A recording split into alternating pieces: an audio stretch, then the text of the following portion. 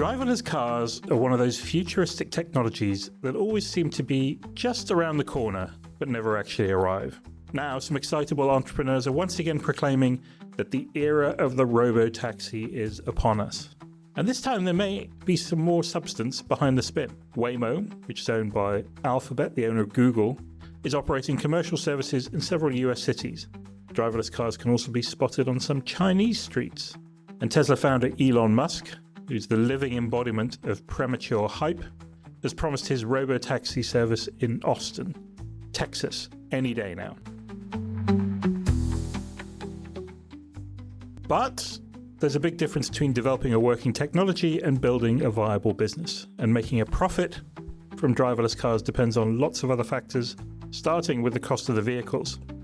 They're packed with sensors to help them monitor the outside world and computing power to make sense of it.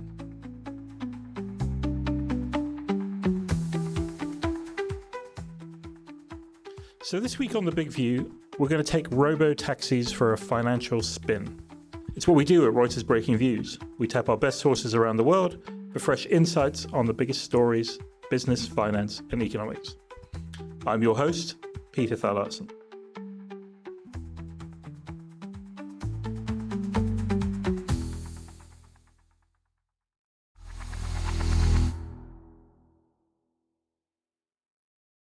Our guest this week is James Peng. James is the co-founder and CEO of Pony AI, a China-based robo-taxi developer.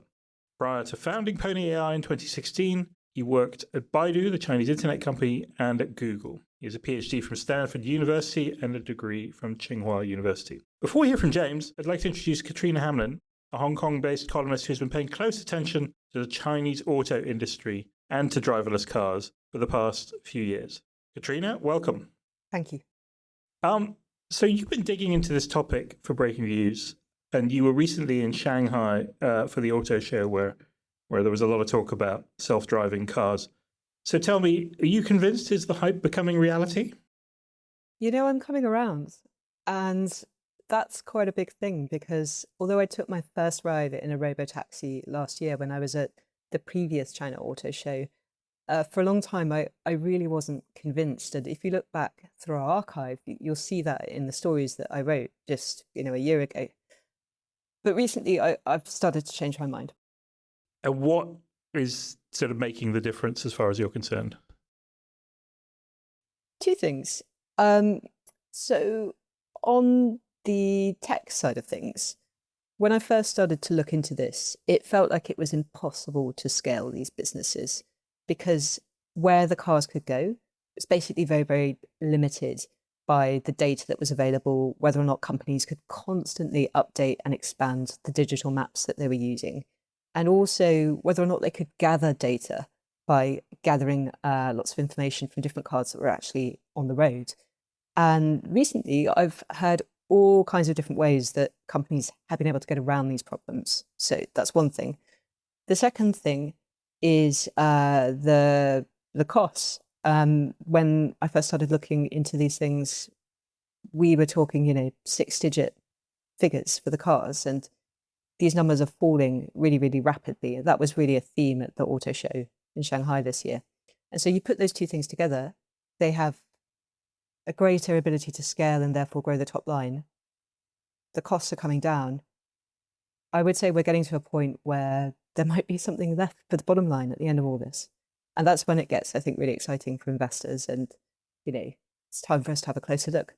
Yeah, great. So we're going to hear a lot more about this from our guest. What made you think James Peng was a good person to guide us through this subject?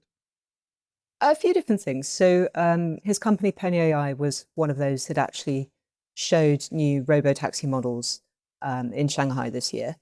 They have a number of partners, not only from China itself, but also, Toyota. And although they're focused on the Chinese market at the moment, they are expanding elsewhere as well. So I think, it's a very important company within the sector now, and they're really kind of at the forefront of pushing this to a larger audience. Great. Let's listen to what he had to say.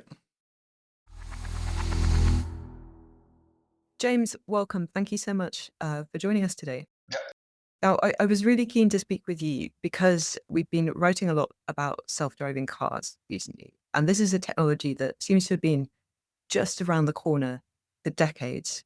Um, but recently, there's been a lot more discussion, news, dare I even say it, hype around this area. Is something different this time, James? Oh, totally. I think this time around is quite different from the previous hypes. I think it's this time we actually can see the scaled operation in many cities, right? In the typical, for example, in the 2016, I think it's the first wave of hype where this was a possibility because there are some demos. And then I think in year 2021, there were some hypes as well because uh, the electrical vehicle becomes so popular and also the driver assist systems, the ADAS systems is getting popular, was getting popular.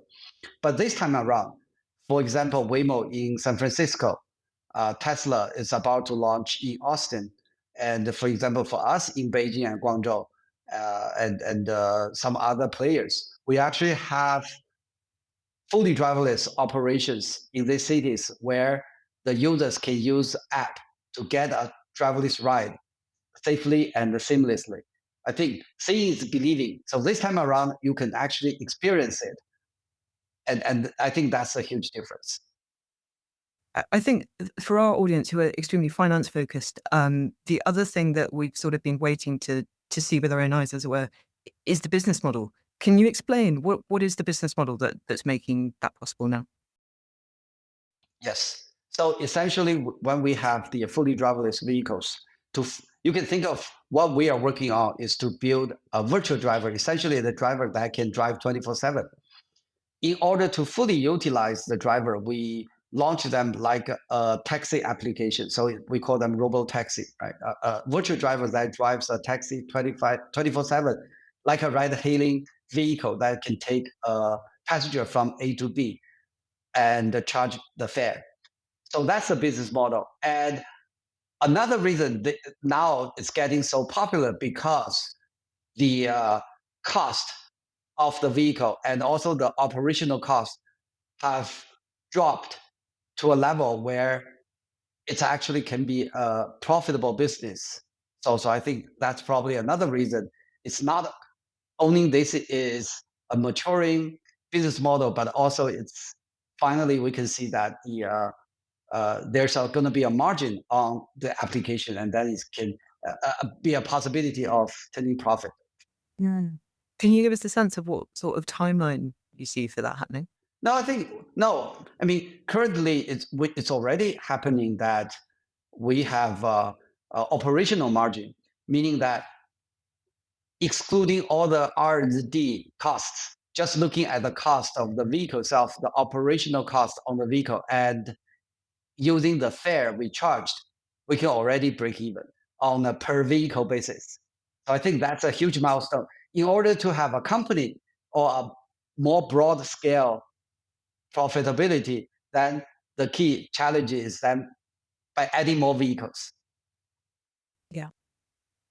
The other thing that's come up when I've been doing my reporting on this is the sort of the technological changes that have come about in the last few years, especially around gathering data and then how you use that data. Can you explain for people that don't have your sort of technological background in lay terms what it is that's changed there and why it's so important? Yes, with the advancements of a lot of new technology, especially the generative AI, the sort of reinforcement learning, right? So giving a sense is that uh, in order to train the machine to know how to drive, the first approach, of course, the easiest approach is to learn from a human driver. Right? We gather the data how human drives and learn the behavior and try to mimic the behavior. So that was sort of the earlier generation of the autonomous driving systems. And then starting probably in the industry, at least the top players 3 years ago, the top players all switched more or less to sort of what we call a world model, or in a way, you sort of like building a game engine that the vehicles to interact with all the other uh, traffic participants. So it's like a virtual world where So, the car can drive around. Yeah. yeah, Okay. so let us drive around and learn by practicing. So we call learning by practice. So the earlier version was learning by learning by mimicking the other human driver behavior. Now it's learning by practice. We drive tons of virtual miles and learn how to drive.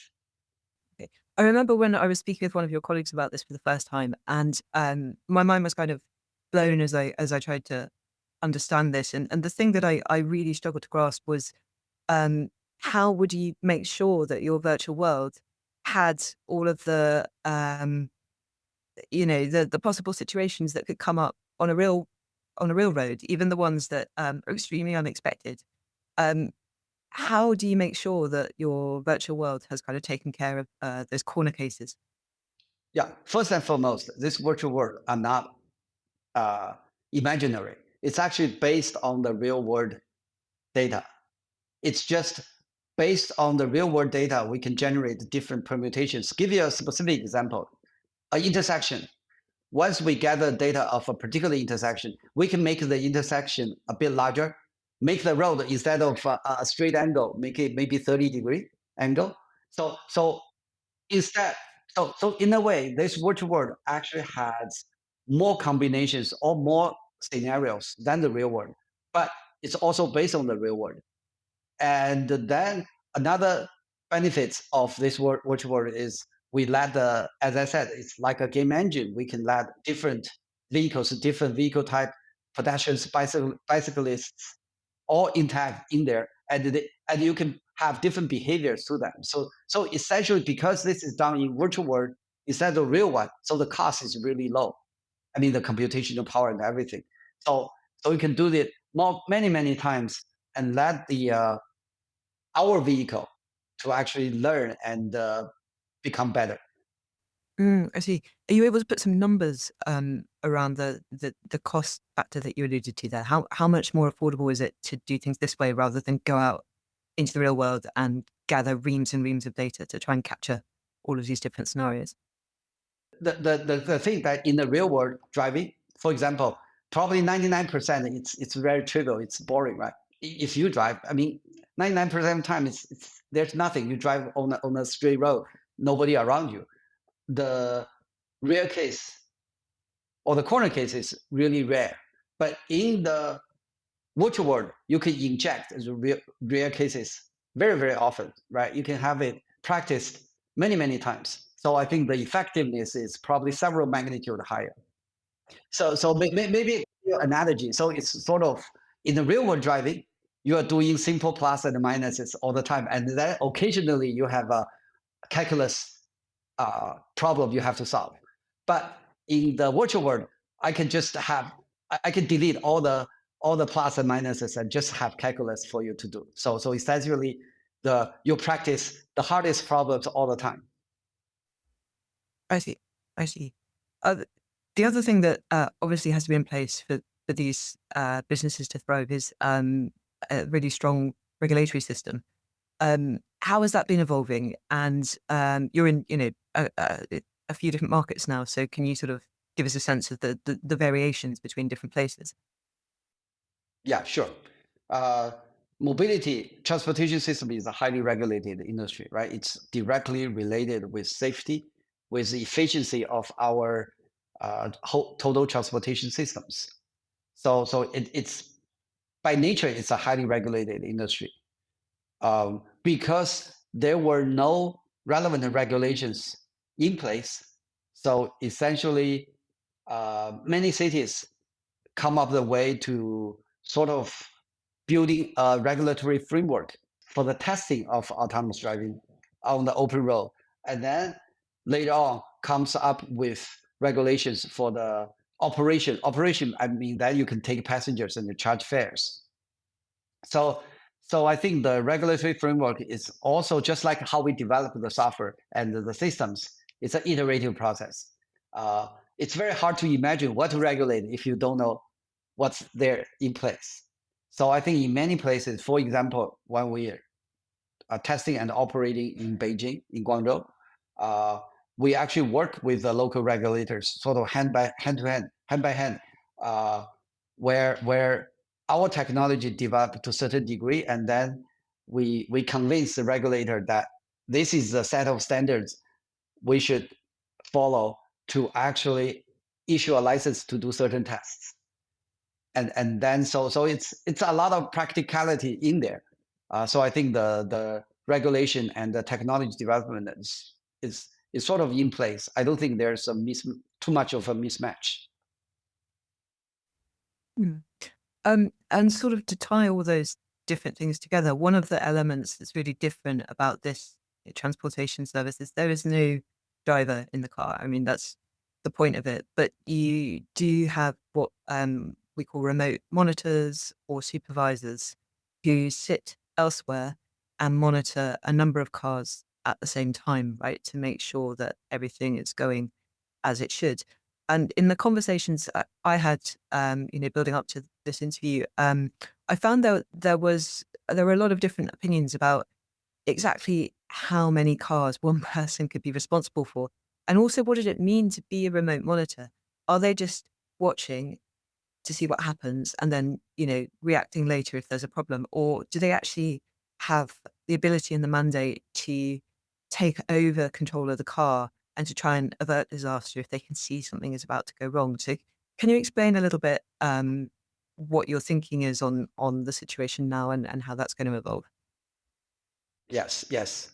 Uh, we actually don't believe that remote monitor that you just described later in your question is going to be practical and be safe, because the thing that there will always be network latency where a remote control, a direct remote control of the vehicle going to be safe enough. Instead, the system we build is more like we call remote assist. So it's like an assistant sitting remotely to deal with any situations where the vehicles might run into and get confused. Let me give you a specific example. If there's a road construction that block your lane and you need to take the incoming traffic, the incoming lane, and there's a double yellow lane. So that's a clear violation of the typical regulate traffic law. But in that situation, you're supposed to use the incoming lane. The vehicle will stop, will send a request to the remote assistant for confirmation, and then remote assist will confirm, and then the vehicle make its own driving decision to take the incoming lane. So that's the kind of situation where it's unforeseen scenario that needs some human judgment, but it's not a safety critical, mission critical task that the remote assist has to perform. So I hope that explains. So in that way, I think it's how we can improve the ratio between the remote assist and the number of vehicles. I'll give you a number. Currently, we can do 1 to 20. The reason is depends on how frequent this kind of situation will be, right? If it's very less frequent, then you can have more vehicles per. You can have more vehicles per assist. But if you run into a lot of issues, then you need more. So typically in a city when we deploy, we probably have lower ratio first, and then once we get more experienced in that region, then we can increase the number. Yeah, I was also curious to understand what sort of people are these who are taking on these roles? Are they, quite kind of skilled people with a background in technology, or is it something that you can train, many people to do? These are typical drivers. Typically, they know how to drive. They know kind of situations where the decision you want to make, and then we can train them on the remote systems. Then that's it. I see. Okay. Um, and at the moment, the bulk of your business, I believe, is in China. Um, and a lot of the things that you've touched on, I think, are a little bit different in China, right? We talked, for example, about the cost base, and there's been a lot written by myself included about just how much more affordable it can be to build a really sophisticated car. in China with the depth of supply chains and so on. So, can you tell me like how kind of important has it been to the company to focus the business on China, and how much harder do you think it could be for other similar companies trying to accomplish something similar elsewhere? Yeah, I think we definitely, in terms of the cost structure, we definitely benefited quite a bit by focusing our business in China.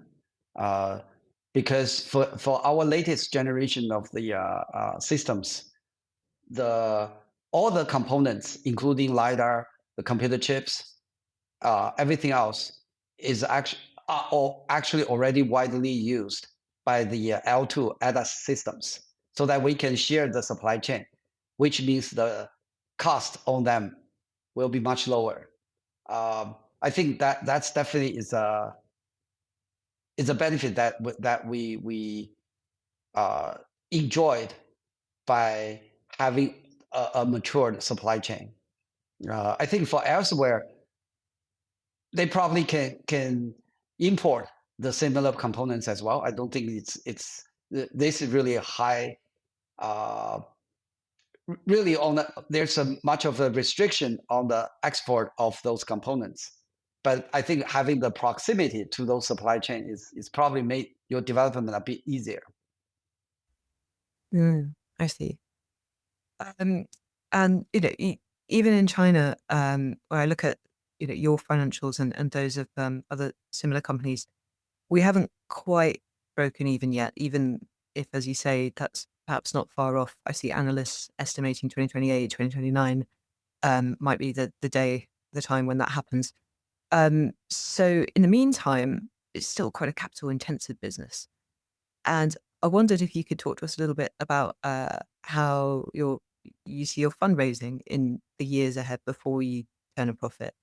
Um, Firstly, the company has, of course, gone public in New York just last year. Can you explain to me why that was the best place to go and raise funds at that time for you? Sure. Maybe I'll answer the second part first.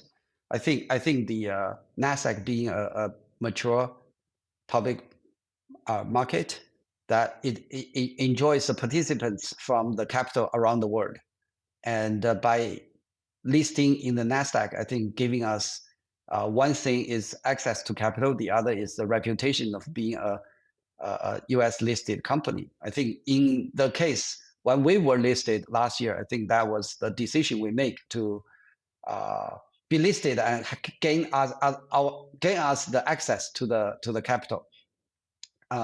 In your first part of your question, I think the in the initial phase of the company where we were focusing on R&D, I think most of the capital support were raised by the equity capital raise. But then going forward, as you described, that the key metric for us to break even for the company level, I think it depends on the scale of our fleet. So I think going forward, the big part of the capital expenditure will be on the capex of the fleet. But because we have different ways of financing our fleet, right? For example, we can sell them to the taxi companies, to a fleet company, where we can offload our capex. In fact, you probably read that we signed a deal with some local taxi companies in Beijing, Shenzhen, where one of the motivations is actually to sell the vehicles to the taxi companies, where they will bear the capex and we do profit sharing afterwards. So I think there's different creative ways of raising capital, maybe even using a loan to fund the business. So I think the answer to your question is, besides the equity financing, we have other ways of supporting our path to profitability. Thank you for raising that point about the taxi company in Shenzhen. I had seen that. And I did want to ask as well, how important is it for the company to make sure that you have the right partners, whether it's the local taxi company or a ride hailing app that can bring the service to consumers? and I might actually just phrase that the other way as well. How serious is it if you can't get a hold of those partners? Because I know you have your own platform, but it's difficult to get users to come into a different platform, right? No, I think a local partner is great because I mean you as you mentioned, right? There's ride-hailing app. There's could be a fleet manager or a taxi company. I think those they bring in their expertise in certain part of the business because look at the whole robo-taxi business is actually a rather complex one. Uh, what Pony's expertise is actually on building a virtual driver, right? Essentially, you can think of where we can massively produce and replicate a driver, right? And then our business is focused how we can make that driver to be fully utilized and having partners to take care of the other parts of the business. Like even think about it's vehicle ownership, maintenance, charging, cleaning, user acquisition. All those parts can be done, or at least in certain form and uh, done by the partners. I think that will make our business to scale faster, and that means we produce more drivers. I see.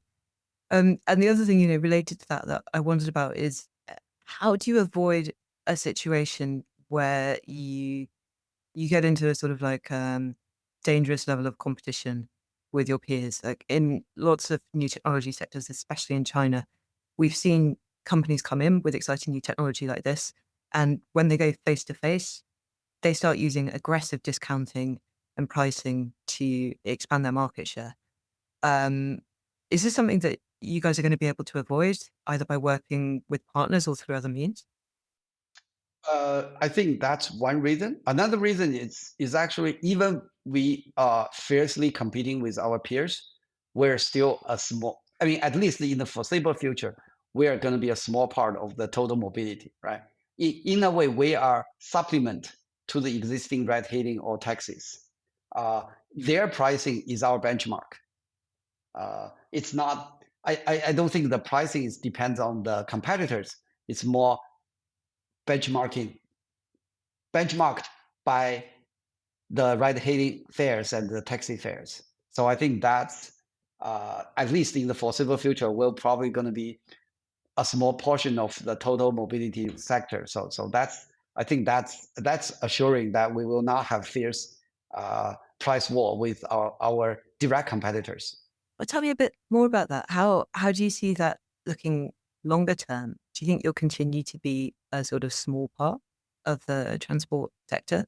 Or over time, do you think you might be sort of even with the human drivers or even account for the majority of rides? In the longer term, of course, that or at least that's the goal. Uh, but as I also mentioned, right, in the foreseeable future, it's not going to be a concern. But in the longer term, that I think that's even probably why we started the company. We want to be the mobility cost to be lower so that it's can be universally enjoyed by the passengers. So that was I think in the longer term, it should be lower, and so that I mean, all of us as a passenger, we can enjoy going to places easily and cheaply. But in the foreseeable future, that's not going to be a much a concern.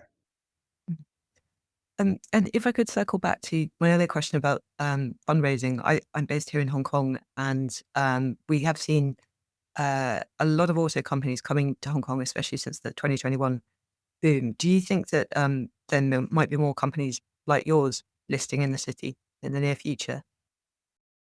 Could be a possibility. I mean, the I think Hong Kong is at least in the stock market sense, it's a huge reviving, and it's a vibrant market. So I think a lot of companies will consider it. Thank you. Well, it's been really exciting to get this insight into where the company's at. Before we wrap up, is there anything else that you would want to tell us about what's coming next for the company? Like, what are the sort of most exciting landmarks up ahead for you in the industry, do you think, as you look to the year ahead? Yeah, I think if you look at, I mean, I like to use the analogy of the technology. So how you get to fully driverless safely. That's like the one. And then the scale is all the zero add behind it. So I think for the whole industry, I think alluded to the first question you mentioned, why is now suddenly there's a huge enthusiastic about the industry is that we've proven the autonomous driving fully driverless is safe enough. And now the challenge is on how can we quickly add more zeros behind it so it becomes hundreds, thousands, tens of thousands, and go to millions. So I think what everybody should watch out is see how quickly can it scale up and how many cars will be launched and be enjoyed by all the passengers. Great. Thank you so much, James. Thank you. Yeah, it's always fun talking to you. Thank you.